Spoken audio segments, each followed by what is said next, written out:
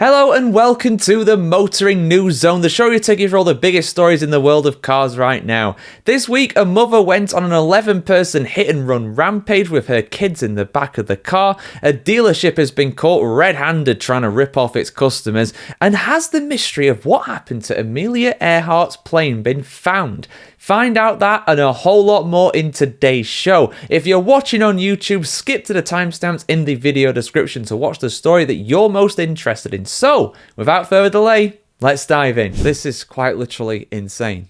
A mother with kids in her car drove into 11 people during a multi-city hit-and-run spree that ended in a Walmart parking lot. Thank God it has ended. But I mean, you got to have a few screws loose to be even considering doing something like that. You really got to do. That's just my own personal opinion, just reading that headline there. But let's get into the rest of the story, guys, because, yeah, absolutely awful one here from the state of Michigan. A woman in Michigan is behind bars after running down at least 10 different pedestrians in 4 different municipalities while her children were in the car with her, according to police. Rochelle Rickleff stands accused of many crimes, including 10 counts of assault with intent to murder, 2 counts of fleeing a police officer in the 3rd degree, and 2 counts of malicious destruction of fire or police property, as well as malicious destruction of personal property, and 1 count each of child abuse, assault with dangerous weapons, and assaulting, restricting, or obstructing a police officer, according to the Macomb County's prosecutor office. That is a rap sheet right there. Macomb County prosecutor Peter J. Lucido said in a statement, quote, "The allegations in this case are shocking and deeply disturbing. Our office is committed to pursuing this case to the fullest extent of the law to ensure that justice is served," end quote. The incidents occurred on September 26th in Clawson, Hazel Park, Royal Oak, and they're all on the outskirts of Detroit, if you are wondering. The hit-and-run spree began in Royal Oak, where the alleged perpetrator's Jeep struck a man on a bicycle, according to the Warren Police Department, who said in an official statement, quote, "It's a miracle that we are not talking about It's a miracle that we're not talking about multiple fatalities here," end quote. After that, the Jeep hit 2 police cars in Clawson and officers tried to intercept her, according to the police department.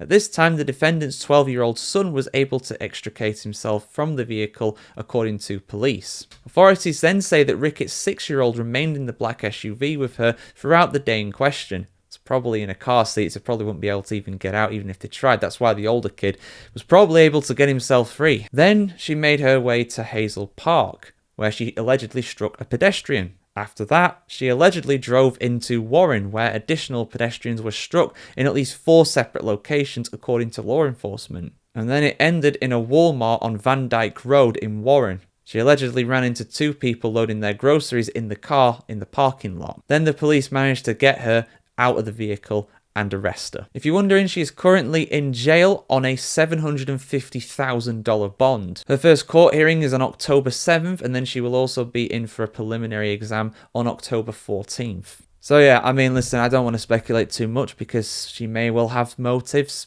in her own mind. Obviously, nothing justifies what she did. But I must admit, like I said in the intro, to even consider doing something like that on that kind of scale, you have to be a little bit insane. You must be. I mean, there's some evil people out there for sure, and I don't want to say any more than that, but absolutely horrific. Like I say, you know, we bring you the good and the bad here on the channel, guys, and when it comes to this level of crime in cars, I think it's important we highlight it. But, you know, sadly, you know, I'm seeing in the comments on this one from a lot of people that it's not that surprising this has happened. So it must be tragically very common to happen over there. It's a big old country, of course, but yeah, that is absolutely horrible. Thoughts in the comments below, guys. Money is the root to the evilest ways, and a dealership for Hondas has really courted controversy recently. Now, being price gouged is horrible. A lot of people don't really realize this is happening. People getting ripped off, basically, but sometimes it is so egregious and so obvious that everybody piles in on it in the comment sections online. And you know what? Fair enough. Name and shame. Don't let these people get away with it. Why is this so egregious? What has happened here? Well, I'll explain all, guys. This is absolutely shocking, but am I surprised? A little, to be honest, but also not that surprised too. Let's have a look. The new car market might have cooled off a little from the pandemic frenzy, but some dealerships cannot kick the habit of price gouging customers and damaging their brand's reputation as a result. Honda of Fort Myers is a prime example of this, quietly stacking between $10,000 and $15,000 on top of every single Honda Civic Type R that it sells. Why? Well, to make more money, more profit margin, of course. And that isn't speculation either. A salesperson at the dealership openly confirmed it to CarScoop. Shout out to these guys for finding this story. This is absolutely horrific.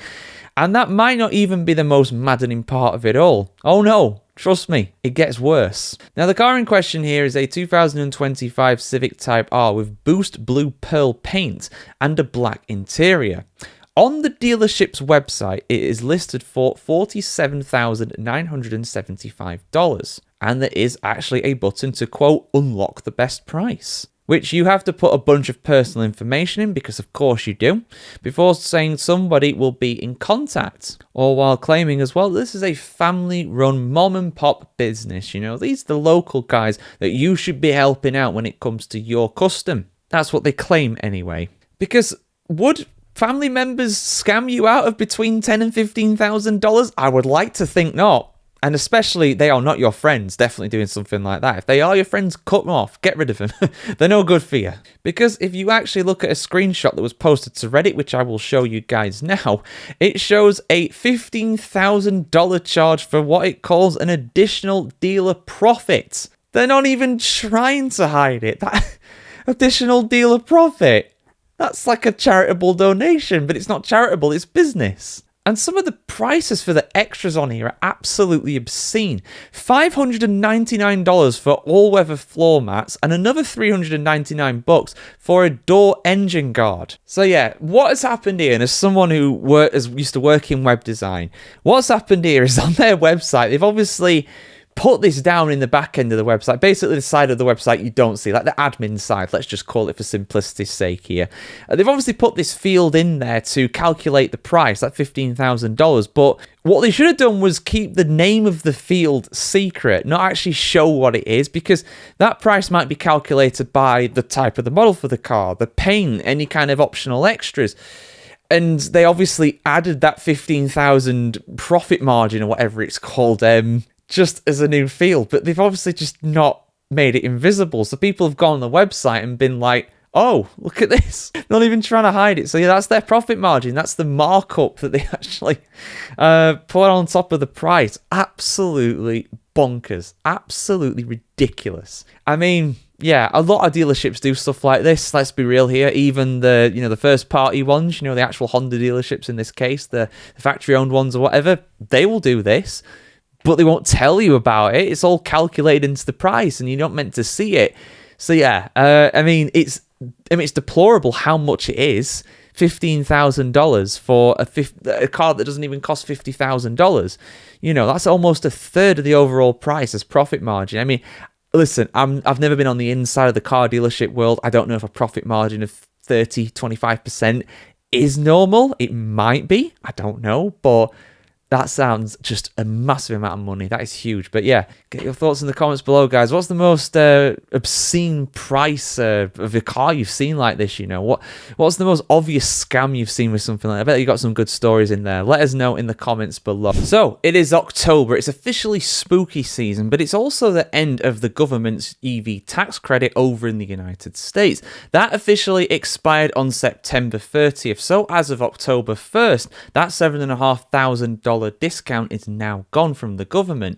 But to help ease that transition, or something potentially that's going to be permanent, some automakers are actually just offering it anyway. They've extended it themselves. Instead of the government paying that $7,500, they're going to foot the bill themselves, which has kind of made a lot of people ask, well, did the government really need to have this anyway? Are the government doing the right thing getting rid of this tax credit now? If the car companies can afford it anyway, then why shouldn't they be doing it anyway?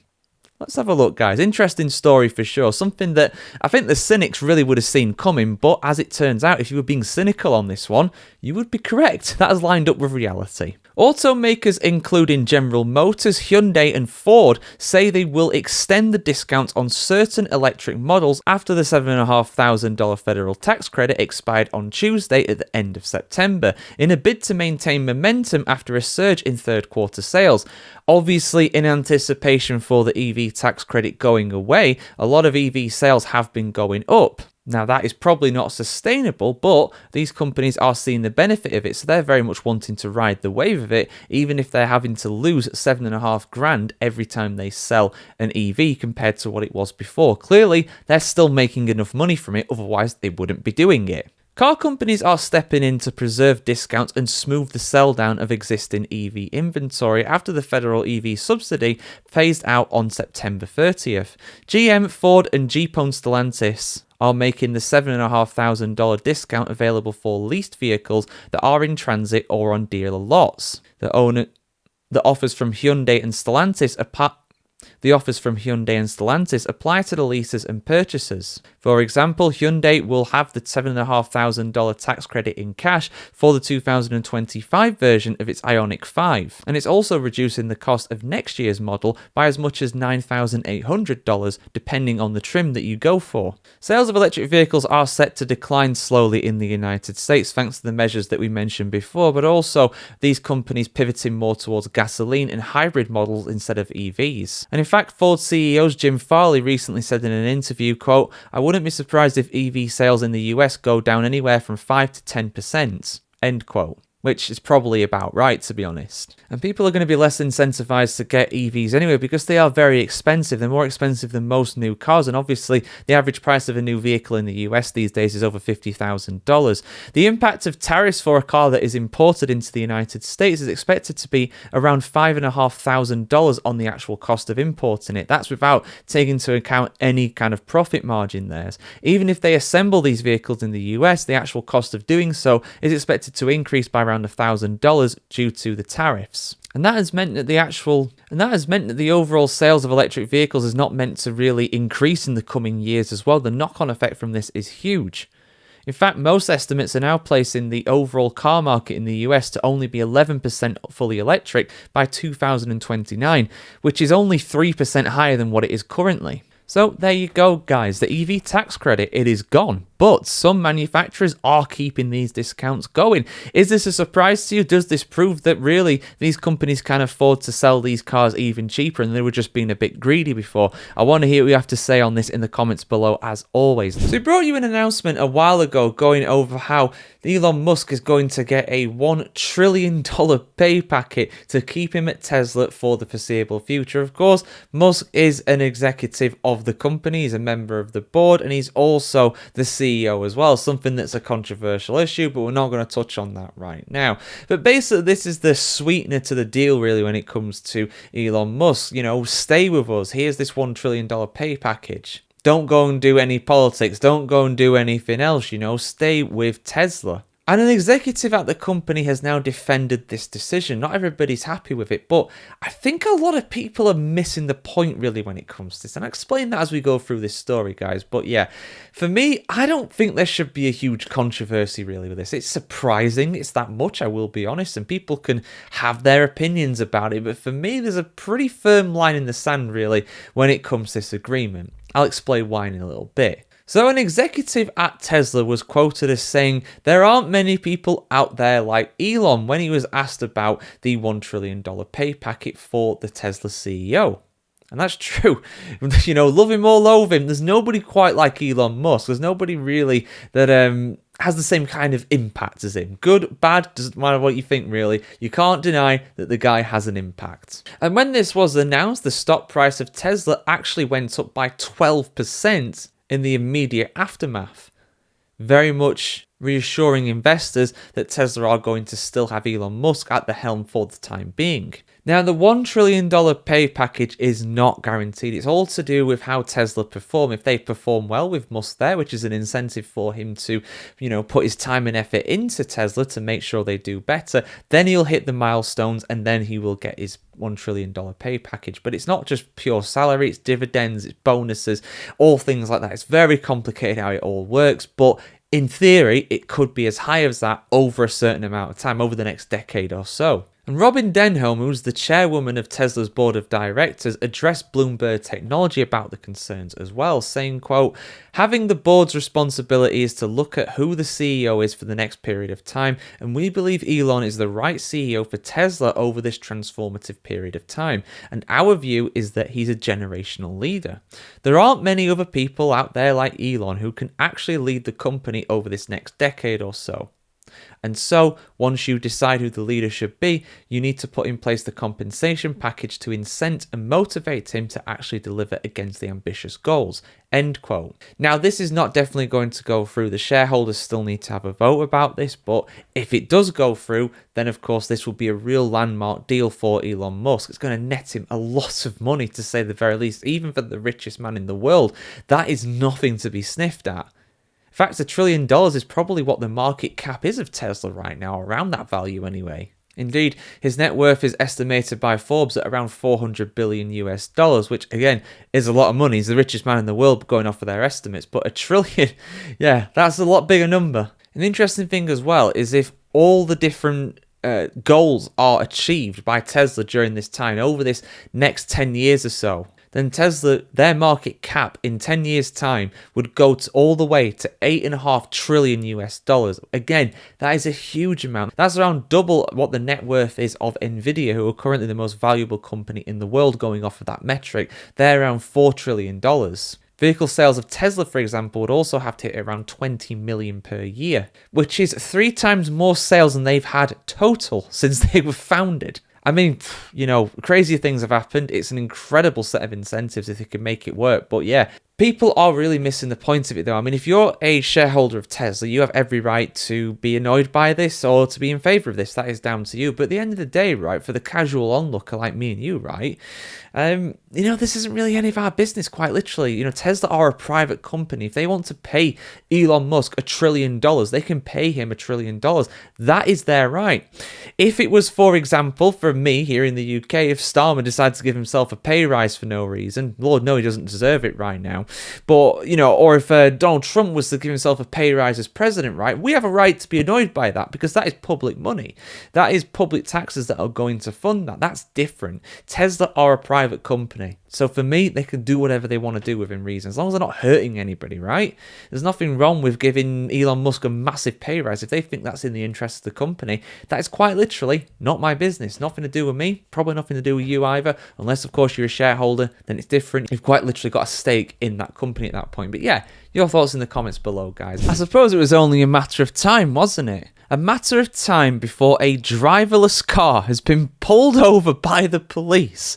Incredible stuff. A driverless car over in the United States has actually done an illegal U-turn and got pulled over. I wonder how the police actually responded to this, you know, pulling over somebody or trying to pull over a driverless car. Did it actually react? Did it actually want to go to the side of the road, or did it just go about its business anyway?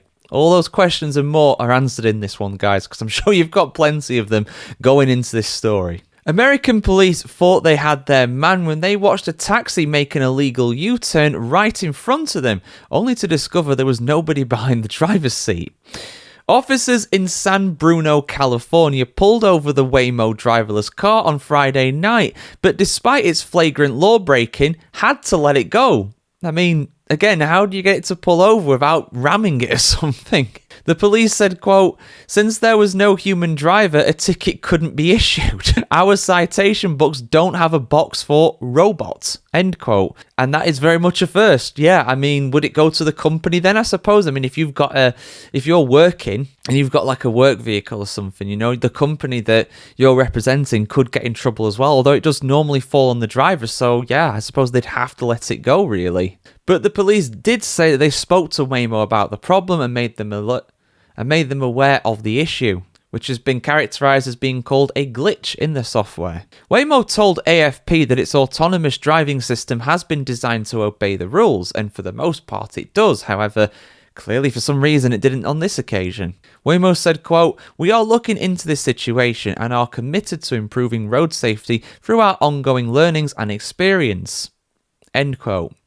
Straight out of the PR machine right there. Waymo operates driverless taxis across a few different cities in the United States, including San Francisco and Los Angeles in California. The vehicles, which are white Jaguars equipped with an array of sensors, navigate around known cityscapes using an onboard mapping and computing system. Despite their unnerving appearance with an empty front seat and a steering wheel that turns on its own, the vehicles have proved to be popular with passengers. So it does very much make you think, will the laws be adapted for driverless cars? Will the companies be held responsible for this? I mean, they made them aware of it, but it's one of them things, it's not technically in the law to give a driverless car a fine for a driving offence like this. What if a car does a speeding offence or something like that and it's driverless? I mean, the odds of it doing a speeding offence and being driverless are pretty much nil, but it does kind of make you think, who is ultimately responsible for this? And you'd have to say it's got to be the company, but whatever reason, Californian law hasn't caught up with that yet, so that could well be adapted, I imagine. And this is going to happen more and more because, just like people, these cars aren't perfect. They will make mistakes. I'm sure some people will say they're not fit for purpose, but how many people commit driving offences out there? I mean, I think these Waymos, in terms of their offending rate, for lack of a better term, are probably a lot less than the average person. Just my thinking. I don't have stats to back that up, but I'm sure they are out there. But yeah, get your thoughts in the comments below. What happened to Amelia Earhart? One of the longest running mysteries in the modern era. It's almost 100 years ago now that she disappeared while flying over the Pacific Ocean. I have heard all kinds of theories when it comes to this. The simple one is that she just crashed and she passed away in that wreckage while she was flying. Some people say that she disappeared on purpose, that she went to live out her life quietly. Some people say that there are some photographs from that part of the world not too long after her that clearly show that she was there. And some people even go as far as to say aliens were involved. But what actually happened? Well, while we may not know what actually happened to her, some people now claim that the wreckage of her plane has been found. Let's have a look at this, guys, because like I said, it's been a long old time now. 88 years, 1937, she disappeared. How the hell have they found the wreckage of her plane so long after that happened? Well, let's have a look. Because researchers from Purdue University are set to travel to the South Pacific to determine if a visual anomaly on a remote island is the wreck of Amelia Earhart's lost plane. And they claim that there is a very strong chance this is the case. In 1937, Earhart was attempting to become the first female pilot to circle the world when she and her navigator Fred Noonan disappeared over the Pacific Ocean on July 2nd, 1937. Earhart, Noonan and their plane, an Electra 10E, were never found. Recently, President Donald Trump ordered records related to Earhart to be declassified. In 2020, researchers looking at satellite imagery identified what they called a visual anomaly known as the Taraya object in a lagoon on Nikumaroro, which is a small island in Kiribati about halfway between Australia and Hawaii. Anybody knows anything about the islands out there in that part of the Pacific, it is really, really tiny, these islands. They are absolute little dots in the ocean, so extremely remote. So if a plane was going to be somewhere, it would be somewhere like this. It wouldn't be like, I don't know, in the Philippines or something. It would have to be somewhere way out there. And for reference as well, Nikumaroro is around 400 miles southeast of Howland Island, which was their planned destination to get to, which obviously they never reached. The underwater object has been visible in photos dating back to 1938, the year after they disappeared. A team of researchers from Purdue University, the Purdue Research Foundation, and the Archaeological Legacy Institute will travel to Nikumaroro to investigate the object in November of this year, so just a few months' time. The team will first take photos and videos of the site, then use magnometers and sonar devices to scan the area. Then the item will be dredged and lifted from the water so researchers can attempt to identify it. Theories have been abound ever since they disappeared back in the 1930s. One theory suggests that Earhart landed on Nikumaroro and was marooned on the island before her death. The International Group for Historical Aircraft Recovery, which is a non-profit organisation based in Pennsylvania, has collected evidence that it says supports that theory. Richard Pettigrew, the executive director of the Archaeological Legacy Institute, said that the expedition offers a chance to find a smoking gun proof that confirms this theory, saying, quote, "We gathered up many more satellite images, did historical research, found other imagery that refers to it. We are going to look and identify it. And if we're right, we'll in fact identify the lost Electra. We could be wrong, but I think the evidence is very, very strong that this is, in fact, what it is." End quote. But this has its critics as well. For example, Rick Gillespie, who's the executive director of the International Group for Historic Aircraft Recovery, has said the following on this development, quote, "We've looked there in that spot and there's nothing there."